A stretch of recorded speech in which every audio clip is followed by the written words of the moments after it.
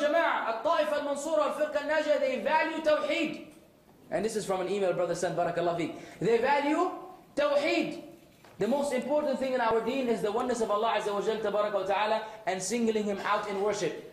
So we don't entertain grave worshipping, we don't entertain calling upon other than Allah, doing tawassul through the creatures, seeking barakah from people. All of this is not accepted among Ahlul Sunnah wal Jama'ah.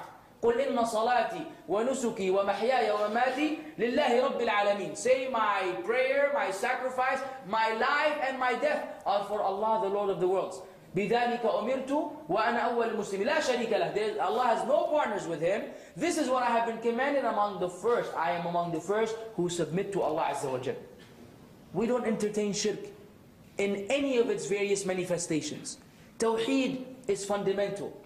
And this is the da'wah. This is what every prophet was sent to do. And this is what every follower of the prophet did after the prophet passed away. They lived up to the call of Tawheed. Not anything else before that. This is among the characteristics of Ahl Sunnah wal Jama'ah. فَاعْبُدِ اللَّهَ مُخْلِصًا لَهُ الدِّينَ أَلَا لِلَّهِ الدِّينُ الْخَالِص. So worship Allah, being sincere to Him in the religion. Isn't it for Allah the sincere religion? لَا تَجْعَلْ مَعَ اللَّهِ إِلَهًا آخَرَ. Do not make with Allah other gods, other rivals. All these are ayat where Allah is emphasizing the importance of Tawheed. So, let me give you the summary. The main difference between al-Ta'ifa al-Mansura wal-Firqa al-Najiyah and the other 72 sects is two things. At-Talaqqi wal-Istidlal. At-Talaqqi is the resource. The source from which we take our deen is from the Qur'an and the Sunnah and the Ijma'. Not aql. The Mu'tazila, the source is not this. The aql, the mind come first. And like al-Razi and others, Fakhr al-Razi, he said that the ayat of the Qur'an are not yaqiniyah. Then they do not provide certainty.